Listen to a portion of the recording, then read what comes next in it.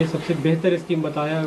देखिए, unified pension scheme new pension scheme से भी ज्यादा बदतर और खराब है और ये देश के कर्मचारियों के साथ एक बहुत बड़ा धोखा है। और इस पेंशन स्कीम से आपने देश के अर्धसैनिक बलों को निकालकर बाहर कर दिया। वो इस दायरे में नहीं आएंगे। देश के पैरामिलिट्री फोर्सेस इस दायरे में नहीं आएंगे क्योंकि उनकी 25 साल की सर्विस होती ही नहीं। तो जब उनकी 25 साल की नौकरी होगी तभी आप यूनिफाइड पेंशन स्कीम का लाभ उनको देंगे, वरना 10,000 रुपए की पेंशन उनको मिलेगी। दूसरी बात इसमें क्या है कि जब से आपने अपनी नौकरी शुरू की, मान लीजिए आपने 40 साल नौकरी की, तो हर महीने आपका 10% सैलरी से कटेगा पेंशन के नाम पे और उसके बाद पूरा पैसा सरकार अपने पास रख लेगी। मान लीजिए 1 लाख की सैलरी है, 40 साल आपने नौकरी की, कभी 2 लाख होगी सैलरी आगे बढ़ के आपकी, कभी 3 लाख होगी।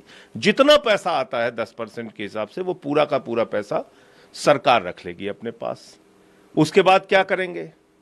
अंतिम के 12 महीने जो हैं उसका एवरेज निकालकर 6 महीने की तनख्वाह आपको कैश में दे देंगे और फिर ये कह रहे हैं कि एवरेज सैलरी निकाल के आपको आधा पेंशन देंगे।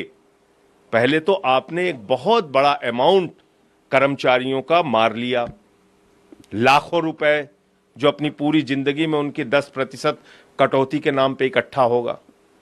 दूसरी चीज, आपने इससे अर्धसैनिक बलों को बाहर कर दिया। बड़ी संख्या में आपने इसमें कह दिया 25 साल की जब न्यूनतम आपकी सर्विस होगी, 20 साल से बढ़ा के उसको 25 साल कर दिया कि न्यूनतम सर्विस जब आपकी 25 साल की होगी तभी आप इस यूनिफाइड पेंशन स्कीम के दायरे में आएंगे।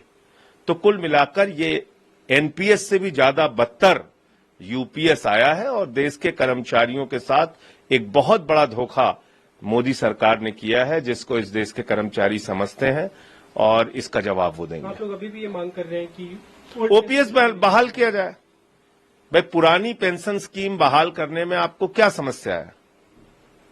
आप ओपीएस बहाल कीजिए और उसमें जो सर्विस का टाइम पीरियड है पेंशन के लिए वो 20 साल है, वो 20 साल रखिए। आपने बढ़ा के 25 साल कर दिया। पैरामिलिट्री फोर्सेस तो बाहर हो जाएंगे ना इससे।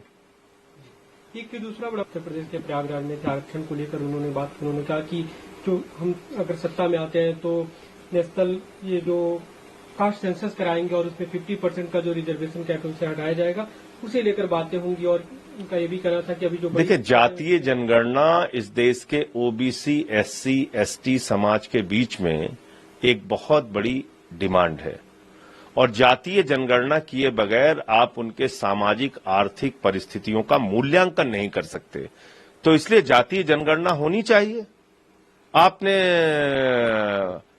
कब से आपने जातीय जनगणना कराई ही नहीं, तो इसलिए मुझे लगता है कि ये इस वक्त जरूरी है कि देश में सभी जातियों का सामाजिक आर्थिक हालात उनके क्या है, इसके लिए जातीय जनगणना हो। एक अंतिम सवाल, बीजेपी ने चुनाव आयोग को ये भाग भाजपा भाग है, भाग भाजपा भाग, चुनाव से भाग। ये तो पूरे देश का चुनाव एक साथ कराने की बात करते हैं। 1 नेशन 1 इलेक्शन। 4 राज्यों का चुनाव एक साथ नहीं लड़ पा रहे हैं भाजपाई और चुनाव आयोग को लिख रहे हैं कि साहब हमको हरियाणा में चुनाव चूंकि भाजपा हार रही इसलिए कह रहे हैं हमें भागने दो। तो मुझे लगता नहीं कि चुनाव आयोग उनको भागने देना चाहिए। बाकी तो चुनाव आयोग जिस तरीके से काम कर रहा है हम लोग जानते ही हैं। भागने नहीं देना चाहिए। भाजपाइयों को 1 अक्टूबर के चुनाव में हिस्सा लेना पड़ेगा क्योंकि चुनाव की तारीखें घोषित हो चुकी हैं।